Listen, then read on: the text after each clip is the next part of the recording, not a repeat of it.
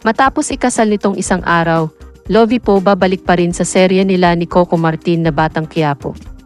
Naging usap-usapan ang pamamaalam na diumano ni Lovie po sa seryeng Batang Quiapo at aalis na dimano ito dahil asikasuhin na nito ang buhay may asawa. Pero ayon sa ulat ni John Lalin sa Abante nitong isang araw, ay babalik pa rin sa serye si Lovie matapos ang honeymoon nila ng asawang si Monty Blancowi. Nagpaalam lang diumano ito sa serye na mawawala siya ng isang buwan. Ito ay para asikasuhin ang kanyang kasal sa fiancé na si Monty na naganap na nga nitong isang araw.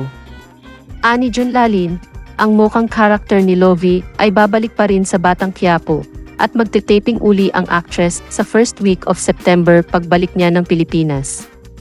Sabay rin daw na pupunta ng Milan, Italy sina Lovie at Coco para mag-promote ng Batang Quiapo sa Asap Natin to in Milan.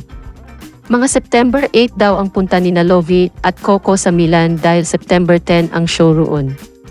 Samantala usap-usapan naman kung ano na ang magiging takbo ng karakter ni Lovie sa Batang Quiapo dahil nakatakda na itong magpakasal kay Ramon Montenegro na karakter ni Christopher De Leon na tunay na ama ni Coco Martin sa serye.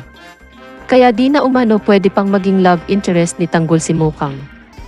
Hula ng iba maaring bigyan ng magandang ending si Lovie bago ito tuluyang mawala at mamaalam sa serye, gaya ng mga nangyari kila Bella Padilla at Yasi Pressman sa Ang Probinsyano.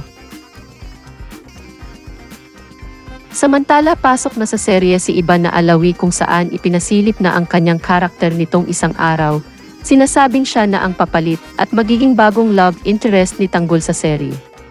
Bukod kay Ivan na ay mapapanood na rin dito sila Jacqueline Hos at Band of Quezon.